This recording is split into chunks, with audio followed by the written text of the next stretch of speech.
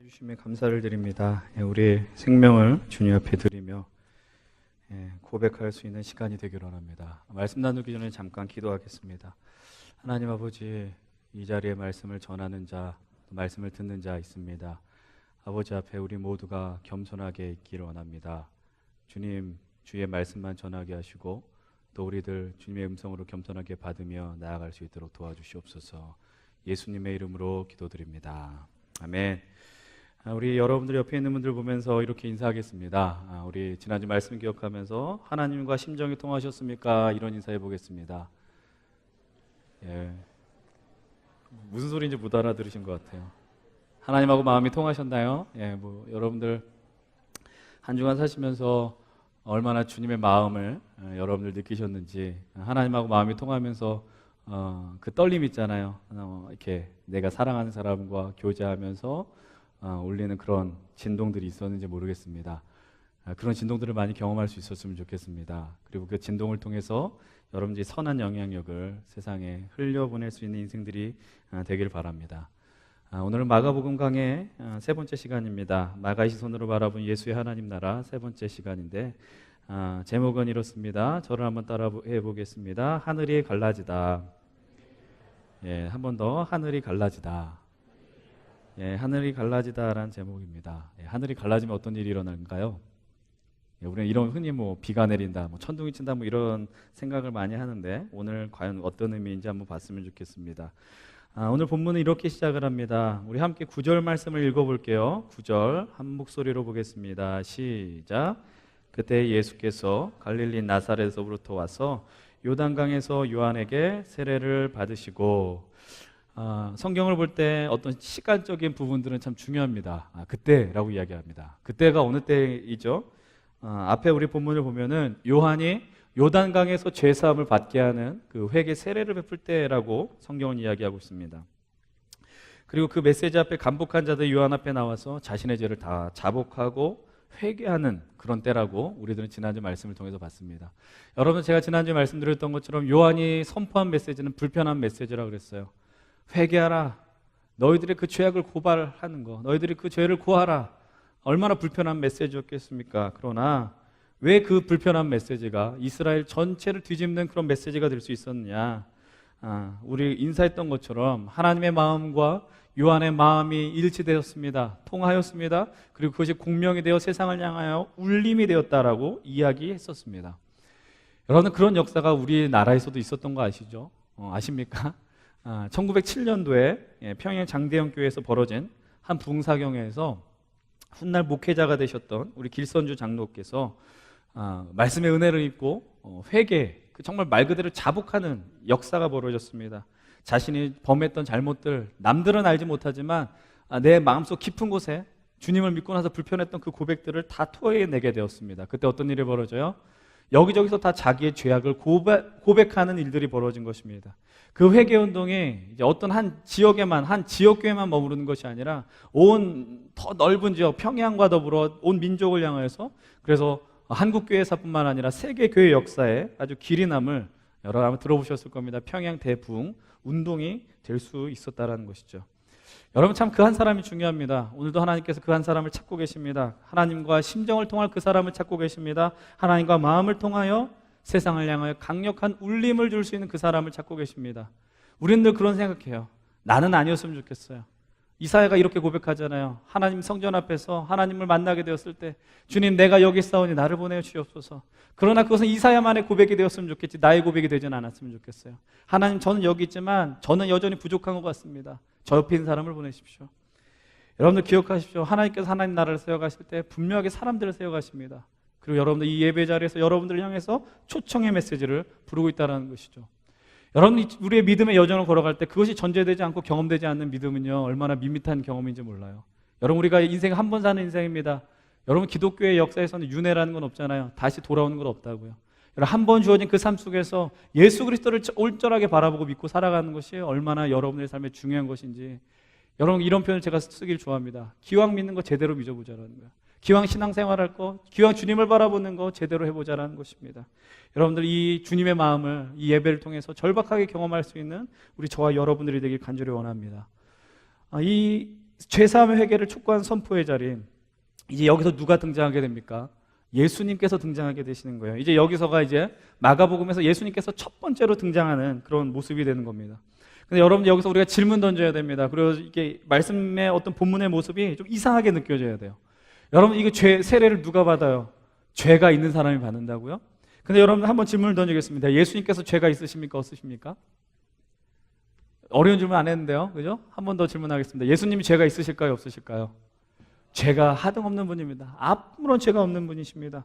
인간의 몸을 지녔지만은 그분을 향해서 우리는 거룩한 성자 하나님이라고 이야기합니다. 그런데 그분께서 이 자리에 있는 거예요. 이건 어떤 자리라고요? 죄 사함을 받게 하는 회개 자리, 세례 자리라고 이야기하는 겁니다. 여러분 다시 한번 얘기할게요. 그분에게 과연 죄가 있었을까? 죄가 없습니다. 그럼 여러분들 죄가 만약에 있었다라고 쳐서 그 자리에 있다면 우리가 알고 있는 지식이 다 뒤집어지는 거 아닙니까? 여러분들 근데 이 말씀에 동일한 말씀 내용들이 마태복음에도 등장하지 않습니까? 마태복음에서 세례를 받으러 예수님이 요한 앞에 나올 때 그 요한이 되게 당황하는 거예요. 왜 당황할까요? 저분은 나의 세례를 받으면 안 되는데 오히려 내가 저분 앞에서 세례를 받아야 되는데, 여러분들 마태복음 3장 13절로 14절의 말씀입니다. 잘 한번 들어보세요. 이때 예수께서 갈릴리로부터 요단강에 이르러 요한에게 세례를 받으려 하시니 요한이 말려 이르되 내가 당신에게서 세례를 받아야 할 터인데 당신이 내게로 오시나이까. 그러니까 요한이 당황했다는 얘기예요. 요한이 회개 세례를 주지만 요한도 누구예요? 한 사람이 인간일 수밖에 없다는 거예요. 완전하지 않은 죄성을 지닌 인간. 근데 그런 자가 하나님의 아들이시며 완전한 성품을 지니신 성자 하나님을 향해 세례를 베푼다는 것은요, 논리적으로도 맞지 않다라는 것이죠. 여러분 근데 그때 예수님께서 요한에게 이렇게 말씀하십니다. 잘 한번 들어보십시오. 예수께서 대답하여 이르시되 이 모든 일을 이루는 것이 이와 같이 하여 모든 일을 이루는 것이 합당하니라. 내가 요청하는 그 세례를 허락하라. 이와 같이 하는 것이 의를 이루는 것에 합당하다라고 이야기합니다. 여러분들 의를 이루는 것이 합당하다는 말씀이 선명하게 들리지 않을 것 같아요. 제가 다른 번역으로도 읽어드리겠습니다. 이렇게 말씀하시는 겁니다. 예수님께서는 단호하셨다. 내 말대로 하여라. 오랜 세월 동안 이어져 온 하나님의 바로잡는 역사가 바로 지금 이 세례 속에서 모아지고 있다라고 이야기하는 거예요. 여러분 예수님이 받으신 그 세례는 단순히 어떤 한 특정한 사람의 죄사함의 세례가 아니라 하나님의 역사심이 하나님의 역사인데 하나님이 세우신 그 역사가 잘못되어 가고 있는데 그것을 바로잡는 하나의 사건이라는 거예요. 왜 그 역사가 뒤틀어져 버렸습니까? 하나님과의 관계가 온전하게 있었던 인간이 죄악으로 말미암아 주님을 떠나게 되었습니다. 하나님 앞에 하나님의 온전한 나라를 세우라고 그 사명을 위임받은 백성들이 하나님을 등졌습니다. 그리고 하나님의 그 나라가 다 왜곡되고 무너지기 시작했다는 것이죠. 그 뒤틀려진 역사 앞에 주님께서 친히 찾아와 주셔서 그 온전한 것을 붙들기 위해서 다시 이 세례 자리로 나왔다라는 것입니다. 여러분들 지금 사람들은 세례 요한을 잘 알고 있을까요? 당연히 잘 알고 있습니다. 여러분들 예수님을 알고 있었을까요? 예수님은 모르고 있었어요. 세례 요한은 유명한 사람이고요, 예수님은 무명한 사람이었다는 거예요. 근데 유명한 사람이 무명한 사람 앞에 쩔쩔매는 겁니다. 그리고 그를 향해서 세례를 베푼다라는 것이죠. 주저주저하는 모습이 얼마나 이상하게 보였을까요? 그런데 여러분들 요한이 예수님 앞에 나올 때 그리고 분명하게 이렇게 이야기를 합니다. 요한복음 1장 29절에 이렇게 이야기를 합니다. 이튿날 요한이 예수께서 자기에게 나아오심을 보고 이르되 보라 세상 죄를 지고 가는 하나님의 어린 양이로다. 요한이 예수님을 보면서 이렇게 이야기를 한 거예요. 잘 한번 들어보세요. 보라 세상 죄를 지고 가는 하나님의 어린 양이다라고 이야기를 하고 있어요. 여러분 이제 우리가 아까 처음 던졌던 질문의 답을 이제 찾게 되는 것입니다. 여러분들 예수께서 왜 요한의 죄 사함을 받는 회개 세례를 받아야 되느냐? 거침없이 답변할 수 있어야 됩니다. 요한을 향하여 세례를 받는 것은 하나님의 뜻을 바로잡는 것이다. 역사를 바로잡는 것이다. 그렇다면 그 역사를 바로잡는 것이 무엇이냐? 다시 한번 말씀드리지만 온 인류가 하나님을 배반하며 하나님을 향해 등 돌렸던 그 죄를 없이 하기 위해서 그 예수님이 죄사함을 받는 것은 예수 그리스도의 죄가 아니라 온 인류가 지었던 죄라는 사실입니다. 여러분 예수님의 이름의 뜻이 뭐예요? 자기 백성을 죄에서 구원할 자라는 뜻이에요. 예수님 자체가 죄에서 백성을 구원할 자. 여러분 예수님은 대역의 삶을 사는 거예요. 대신 당신이 죄가 아니라 인류의 죄를 대신해서 짊어지셨다는 거예요. 우리들이 받아야 될 그 죄사함의 세례를 당신이 받으셨다는 것입니다. 혹시 여기서 예배하는 분들 가운데 예수님은 유명한 4대 성인 중에 하나다라고 인식하는 분들이 계십니까? 공자, 부처, 소크라테스 이런 사람들과 같은 동급으로 여기는 분들이 계십니까? 여러분 그분의 일을 이해할 수 없어요. 제가 마가복음 처음 시작할 때 이런 얘기 했잖아요. 우리가 하나님을 얼마나 오해하고 있느냐, 예수님을 얼마나 오해하고 있느냐. 여러분 우리가 이 말씀 앞에서 왜 있습니까? 하나님을 알기 위해서 있는 거예요. 여러분 하나님을 알고자 하는 의지가 있으십니까? 있으셔야 돼요. 왜냐하면 우리가 그분으로부터 지음 받은 존재이기 때문에 우리가 그것을 기억하면서 나아가셔야 됩니다. 여러분 마가복음요 이 세례 사건 이후에 하나의 현상을 우리들에게 이야기해 주고 있어요. 총 3가지를 언급하고 있습니다. 10절로부터 11절의 말씀 함께 읽어보겠습니다. 10절로 11절 한 목소리로 읽어보겠습니다. 시작. 군물에서 올라오실세.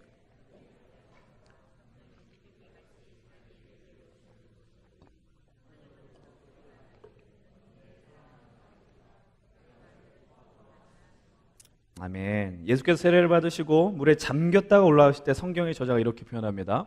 하늘이 갈라졌어요. 첫 번째 하늘이 갈라지고, 두 번째는 성령이 비둘기같이 예수님한테 왔다라고 이야기합니다. 그리고 세 번째는 성부 하나님의 음성이 들렸다라고 이야기합니다. 여러분들 이 장면을 어떤 신학자들은 이렇게 표현합니다.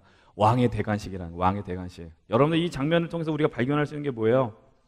성부, 성자, 성령 하나님께서 동시에 역사하는 장면을 보게 되지 않습니까?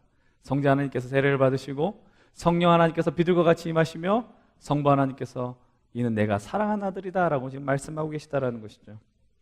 여러분 이 사건이 이제 예수님께서 본격적인 생애가, 공생애, 공적인 생애가 시작되는 것을 우리는 발견하게 됩니다. 그리고 우리가 이 장면을 통해서 발견할 수 있는 놀라운 예가 있습니다. 오늘 말씀의 제목과 같습니다. 바로 하늘이 갈라졌다라는 거예요. 여러분 근데 이 원뜻을, 원어의 의미를 보면 어떻게 표현되어 있냐면은 하늘이 찢어졌다라고 표현되어 있어요. 여러분 한번 상상해 보세요. 하늘이 찢어졌다는 말의 의미가 뭘까요? 하늘이 갈라진다는 말은 좀 이해가 되는데 하늘이 찢어졌다라는 표현이 뭘까? 여러분들 하늘이 갈라졌다는 것보다 더 강력한 의미가 있지 않습니까? 여러분 찢어졌다는 건 누군가의 의지가 더 담겨져 있다는 거 더 느낌이 오지 않으세요? 그냥 하늘이 열렸다고는 느낌이 다른 표현이에요. 하늘이 찢어졌다라는 것입니다. 여러분들 한번 이런 장면 한번 상상해 보세요. 여러분들이 기다렸던 물품이 있습니다. 뭐 예를 택배가 온다라고 했을 때 물론 성격에 따라서 다르지만 어떤 사람들은 포장지를 정말 그 결 그대로 뜯는 분들이 있을지 모르겠지만 그것이 나에게 정말 급한 물건이라면 그렇게 뜯을 시간이 없어요. 바로 뜯어버려야 돼요. 포장지에 그 찢어지는 결이 어떻게 되든 상관없다고요. 바로 뜯어서 그 내용물을 확인해야 된다는 것입니다. 왜? 내가 그것이 필요하기 때문에, 내 것을 간절히 원하기 때문에 그런 의지가 있다는 것이죠. 여러분 그 행동 자체에 의미가 있다는 거예요. 여러분 하늘이 찢어졌다 갈라졌다 어떤 의미가 있을까? 여러분들 이 하늘이 갈라졌다는 표현에서 이 갈라졌다는 단어와 똑같은 단어가 마가복음 뒷부분에 쓰였다는 거 아십니까? 어디에 사용되었을까요? 우리 한번 같이 찾아가 봤으면 좋겠습니다. 마가복음 15장으로 가봅시다. 마가복음 15장으로 넘어가겠습니다. 마가복음 15장 34절로부터 38절입니다. 제가 갖고 있는 성경 83페이지에 있어요. 한 절 한 절 교독하겠습니다. 83페이지 마가복음 15장 34절로부터 38절까지의 말씀. 제가 먼저 34절 읽겠습니다. 제9시에 예수께서 크게 소리 지르시되 엘리 엘리 라마 사박다니 하시니 이를 번역하면 나의 하나님 나의 하나님 어찌하여 나를 버리셨나이까 하는 뜻이라. 또 이들이 듣고 이르되 보라 엘리야를 부른다. 한 사람이 달려가서 해면에 신 포도주를 적시어 갈대에 꿰어 마시게 하고 이르되 가만두라 엘리야가 와서 그를 내려주나 보자 하더라. 지르시고 같이 읽겠습니다. 이에 성소 휘장이 위로부터 아래까지 찢어져 둘이 되니라. 제가 여기서 질문하지 않을게요. 이 똑같은 단어가 어떤 문장에 쓰였을까 이거 질문하지 않겠어요. 당연히 아셔야 됩니다.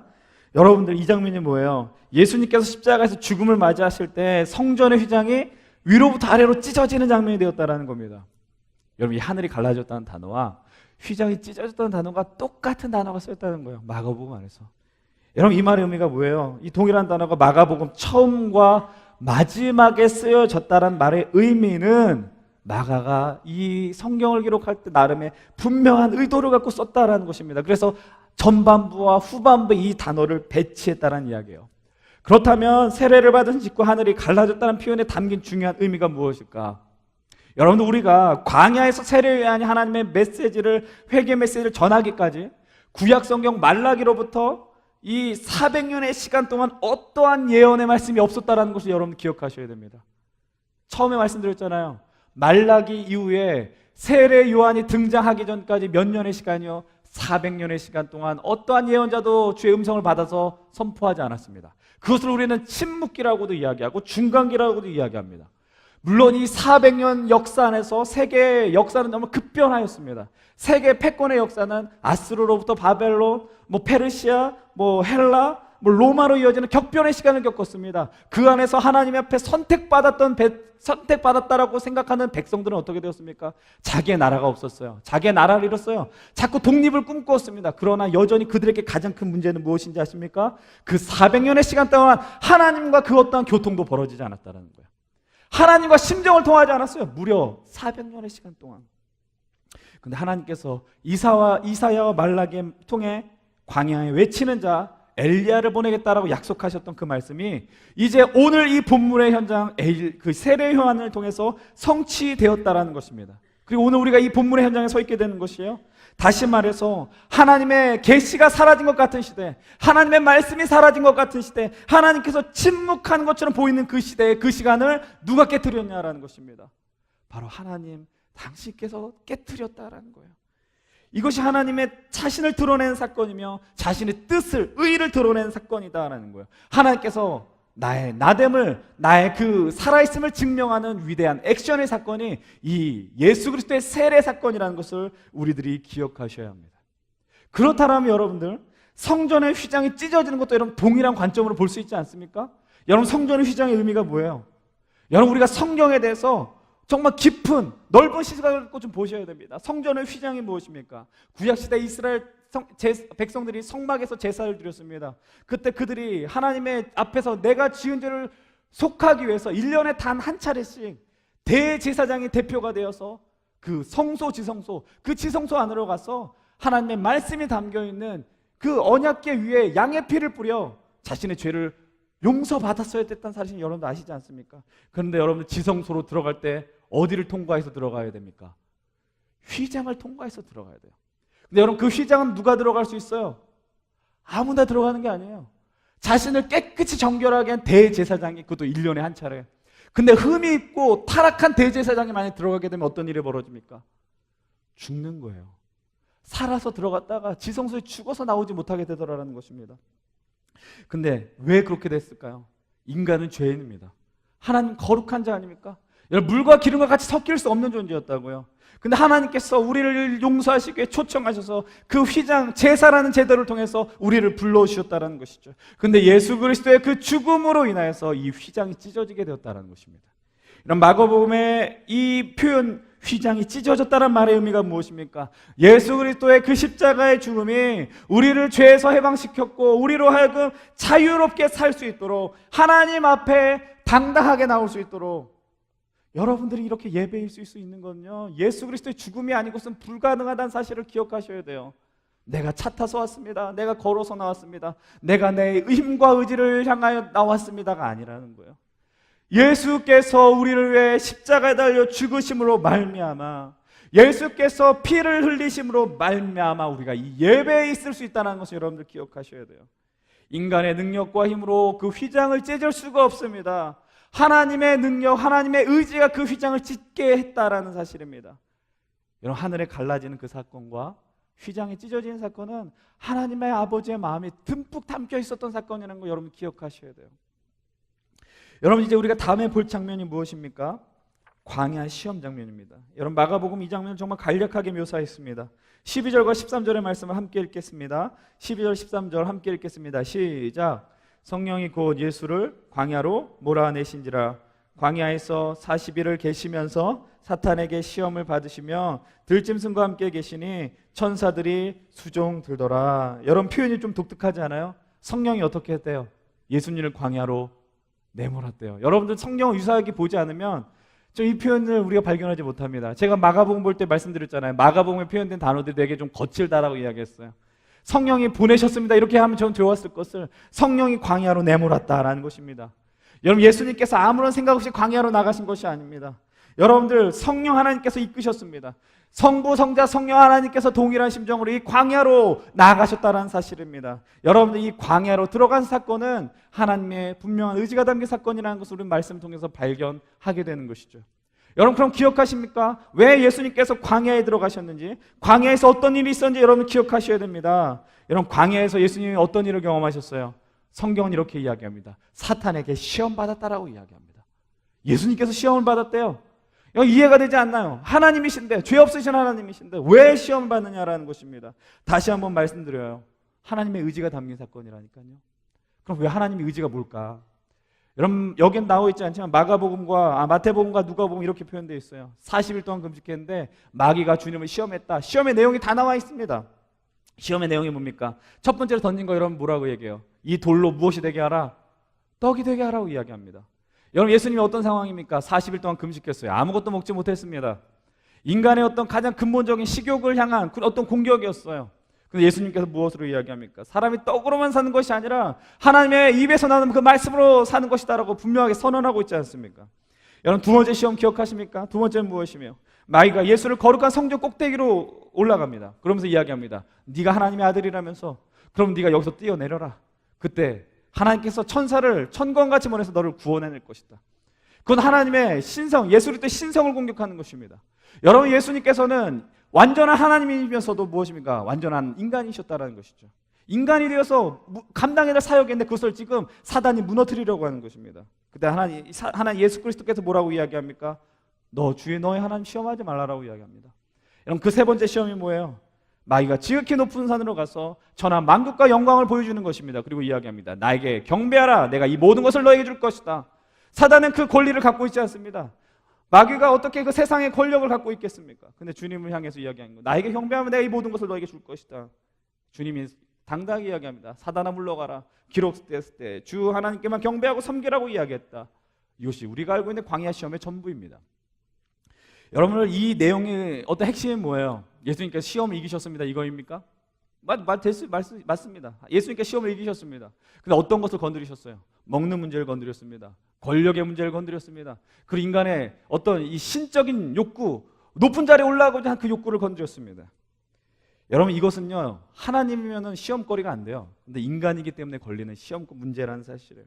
만약에 주님께서, 예수 그리스도께서, 성자 하나님께서 신성만 유지했을 경우 이거 경험할 이유가 하등 없었다라는 사실입니다.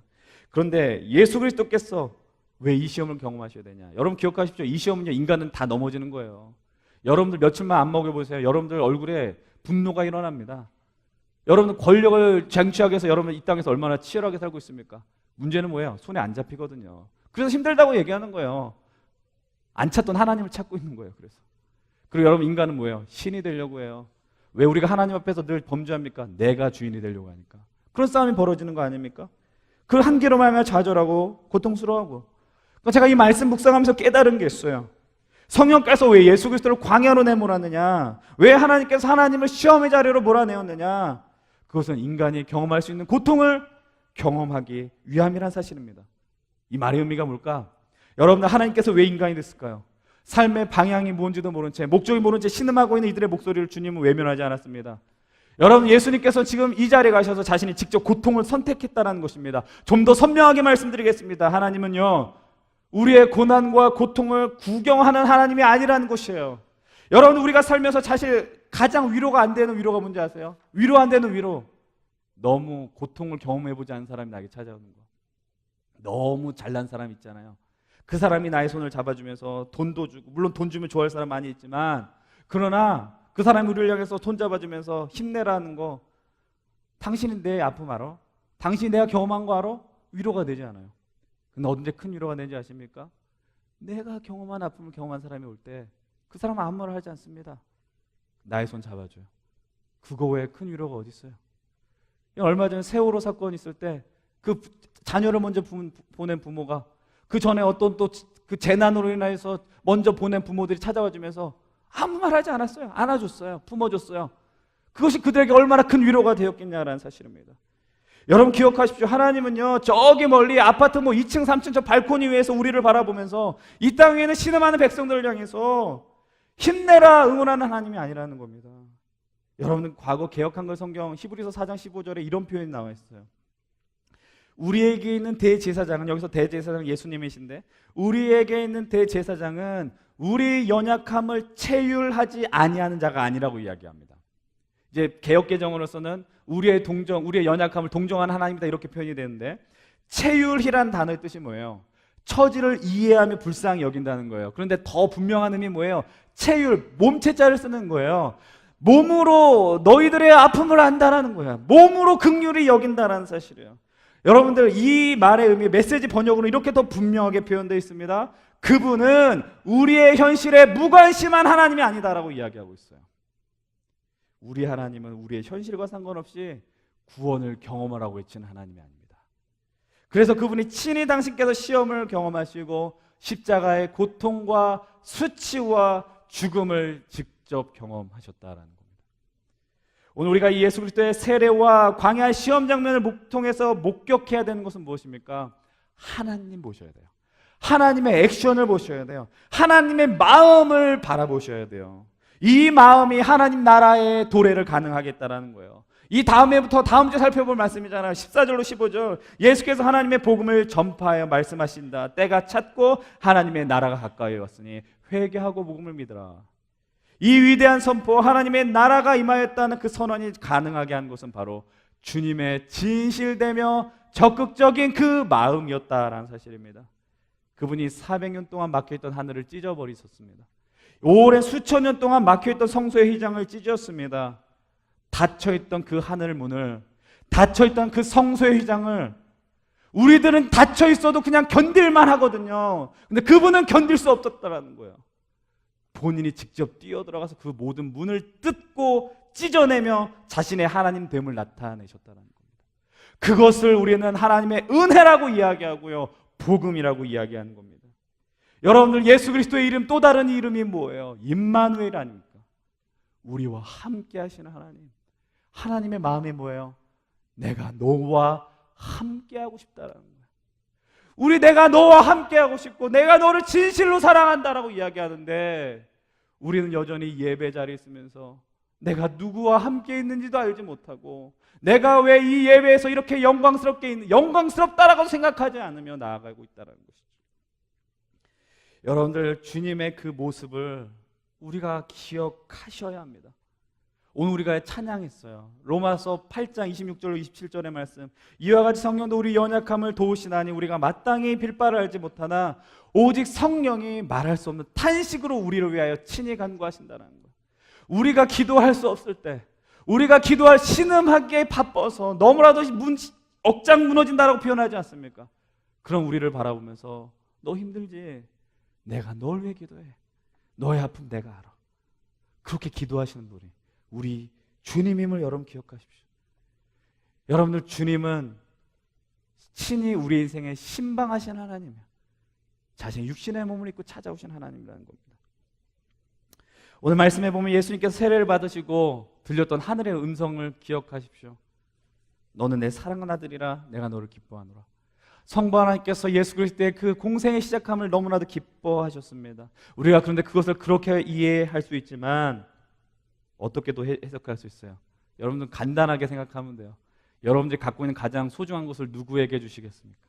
여러분이 갖고 있는 가장 귀한 물품이 무엇입니까? 그것을 누구에게 주시겠습니까? 하나님께서 그 마음이에요. 우리를 가장 소중히 여긴다. 그 무엇과도 바꿀 수 없는. 그래서 나의 목숨과 나의 아들의 목숨과 너희들을 바꾸었다라는 것입니다. 4주간에 걸쳐 진행된 북한 선교학교가 어제 마무리가 되었습니다. 이제 뭐 이거를 너무 좋았다라고 말하는 건 무의미한 것 같아요. 귀 있는 자가 들었고 또 기회를 찾는 자가 찾은 것이죠. 개인적으로 많은 사람들이 함께하지 못한 아쉬움이 있지만 지금 그게 중요한 게 아니에요. 그걸 이야기하려는 게 아니에요. 어제 마지막 기도회를 통해서 이제 한 목사님께서 주신 말씀을 여러분들에게 나누려고 합니다. 그 말씀을 듣고 너무 여운이 많아서 집에 돌아갈 때 일부러 말을 안 했어요. 말하면 그 여운이 사라질까 봐.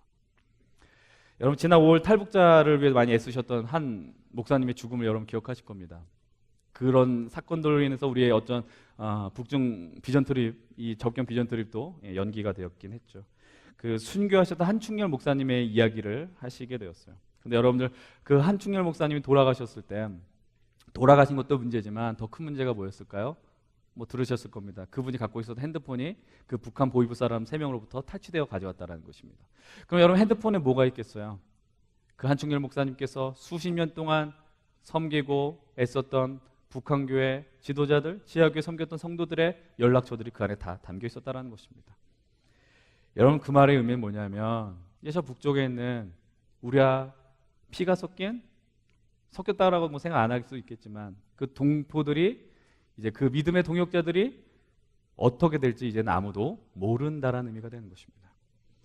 어제가 참 공교롭게도 한국전쟁이 일어난 지 66주년이 되는 날이었습니다.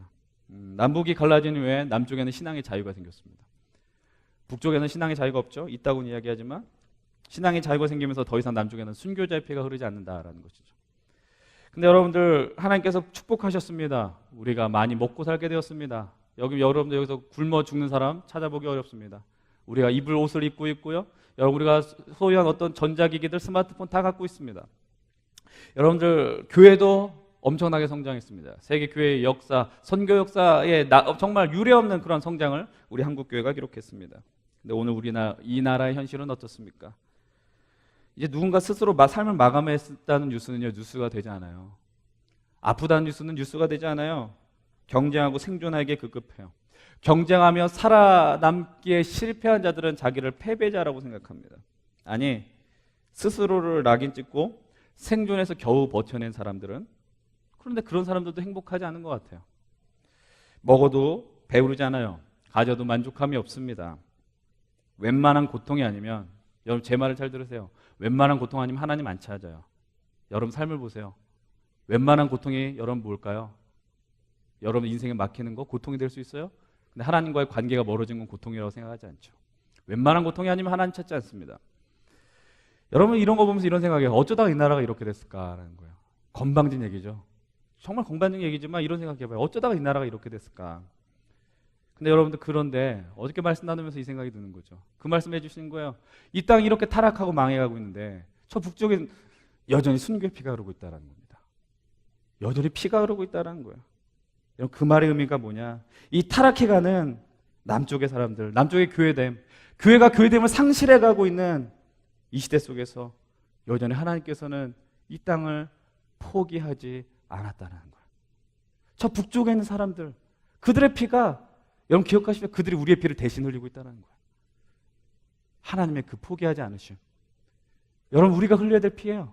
우리가 죽어야 돼요. 근데 그들이 죽어나가고 있다는 거예요. 그들이 대신 우리의 짐을 대신 짊어지고 있다는 거예요. 그 말씀이 지금도 맴돌고 있습니다. 잊혀지지 않습니다. 하늘 가르시고 휘장을 지시는 그 하나님, 광야로 가시면서까지 시험을 선택하시고 고통을 경험하신 하나님, 그토록 적극적인 움직이심을 하시는 그 이유가 무엇이냐? 우리가 이거 하나만 기억하고 돌아가십시다. 하나님께서 오늘 우리 민족과 모든 것이 절망으로 치닫고 있는 대한민국, 그리고 이 땅의 한국교회와 이 젊은이들, 이 청년 세대들을 포기하지 않고 있다는 사실, 포기하지 않으셨어요. 하나님 오늘도 우리를 향해서 시선을 두고 계시다는 거예요. 우리가 할 것이 무엇이 있을까? 할 것 없어요. 우리가 무슨 힘이 있겠습니까? 주님 앞에 겸손히 나와서 주님 바라보는 것입니다. 그분의 마음을 아는 거, 우리를 포기하지 않으신 하나님, 우리를 찾도록 찾으시는 그 하나님이 오늘도 여전히 우리와 함께하고 있다는 사실을 여러분 기억하십시오. 그분이 적극적으로 하늘과 휘장을 가르고 찢으며 우리에게 오셨을 때 우리에게 할 일이 무엇이 있을까? 말씀을 찾아보면서 이런 말씀이 있습니다. 요엘 2장 13절로 14절의 말씀입니다. 여호와의 말씀에 너희는 이제라도 금식하며 울며 애통하고 마음을 다하여 내게로 돌아오라 하셨나니 너희는 옷을 찢지 말고 마음을 찢고 너희 하나님 여호와께로 돌아오라. 그는 은혜로우시며 자비로우시며 노하기를 더디하시며 이내가 크시사 뜻을 돌이켜 재앙을 내리지 아니하신다라고 이야기해요. 우리는 늘 형식에 구애받습니다. 우리의 영적 생활 속에서 남들이 나를 어떻게 볼까? 내가 이 교회에서 이렇게 섬기는 것이 내게 어떻게 비춰질까? 이런 생각합니다. 그러나 주님은 말씀하십니다. 너희는 옷을 찢지 말고 너희의 마음을 찢으라고 이야기합니다. 하나님께서 하늘문을 여시고 성소의 휘장을 찢을 때 우리들이 해야 할 일이 있습니다. 우리의 마음을 찢어야 됩니다. 우리의 마음을 열고 주님을 모시고 주님과 심정을 통하여 이 땅 위에 살아가는 것이 우리가 이 땅 위에 누려야 될 축복이며 기쁨이라는 사실을 여러분 기억하십시오. 예배의 행위가 아니라 삶이 예배된 삶을 사십시오.